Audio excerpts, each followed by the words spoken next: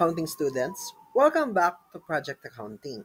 In this video, tuturuan ko kayo kung paano mag-journalize ng transactions. Step by step, simpleng-simple lang.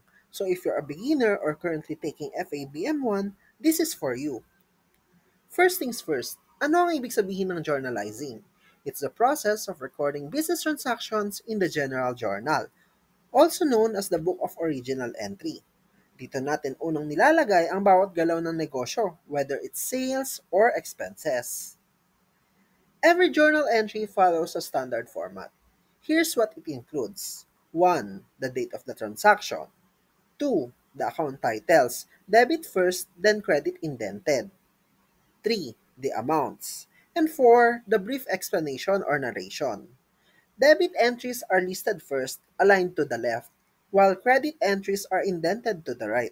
Always make sure that the total debits is equal to the total credits. So here's how you journalize any transaction in 3 easy steps. Step 1. Identify the accounts involved. Is it cash, sales, equipment? Then step 2. Classify each account. Is it an asset, liability, equity, revenue, or expense? And then step 3. Apply the debit and credit rules. Remember the acronym DEALER. So to increase drawings, expenses, assets, we need to debit these accounts. And to increase the liabilities, equity, and revenue, we need to credit them. So let's try some actual examples. So on May 2, owner bought 5,000 worth of office supplies to the supplier on account. So the accounts involved are office supplies and accounts payable, since the owner purchased the office supplies on account. Office supplies are asset, while accounts payable is a liability.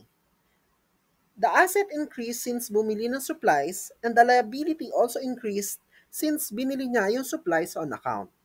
So to increase an asset, we will debit the asset, and to increase the liability, we will credit the liability. So the entry is debit office supplies, 5,000, and credit accounts payable, 5,000.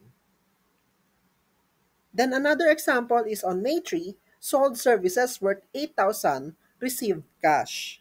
So the accounts involved are cash and service income, since the owner received a cash since she sold her services, which is her income. Cash is an asset, while income is a revenue. So to increase an asset, we will debit the cash, and to increase the revenue, we will credit the service income. So the entry is debit cash, 8,000, and credit service income, 8,000. So let's review. Journalizing is the first step in recording business transactions. Always follow the format date, accounts, debit first, then credit.